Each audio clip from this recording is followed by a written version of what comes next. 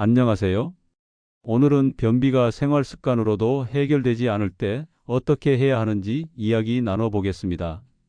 여러분, 변비 때문에 힘들어 본 적 있으시죠? 나이 들수록 정말 흔한 증상입니다. 물을 많이 마시라, 채소를 많이 먹으라, 운동을 해라 이런 말은 다 들어보셨을 겁니다. 그런데 이렇게 해도 해결되지 않는 경우가 있습니다. 바로 생활 습관만으로는 해결이 어려운 변비입니다. 왜 그럴까요? 나이가 들면 장의 움직임이 느려집니다. 음식이 머무는 시간이 길어지고 변이 딱딱해지죠. 또 복용 중인 약의 영향일 수도 있습니다. 고혈압약, 당뇨약, 우울증약 중 일부는 변비를 심하게 만듭니다. 그리고 갑상선 기능 저하증, 당뇨 합병증, 대장 질환처럼 질환이 숨어 있는 경우도 있습니다. 그래서 단순히 야채 많이 드세요로 끝낼 수 없는 겁니다. 변비를 대수롭지 않게 여기시는 분들도 많습니다. 하지만 방치하면 여러 문제가 생깁니다. 치질, 치루 같은 항문 질환이 생길 수 있고 복부 팽만이나 소화 불량이 심해지기도 합니다. 심하면 장폐색 같은 응급 상황으로 이어질 수도 있죠.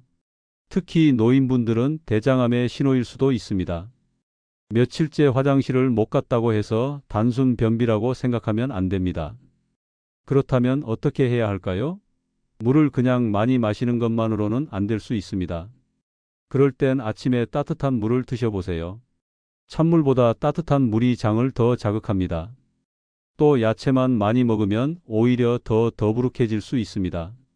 사과, 배, 키위, 고구마처럼 수용성 섬유가 풍부한 음식을 드셔보세요.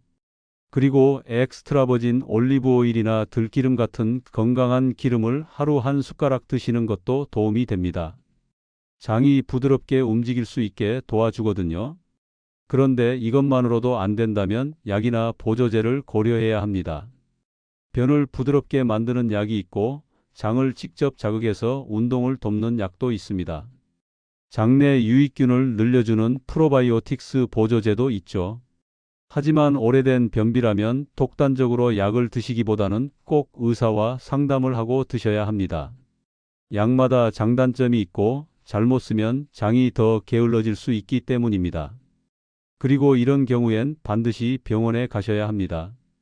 변에 피가 섞여 나올 때, 갑자기 변비가 심해진 경우, 체중이 이유 없이 빠질 때, 배가 심하게 아프고 구토가 동반될 때, 이럴 땐 절대로 그냥 참으면 안 됩니다.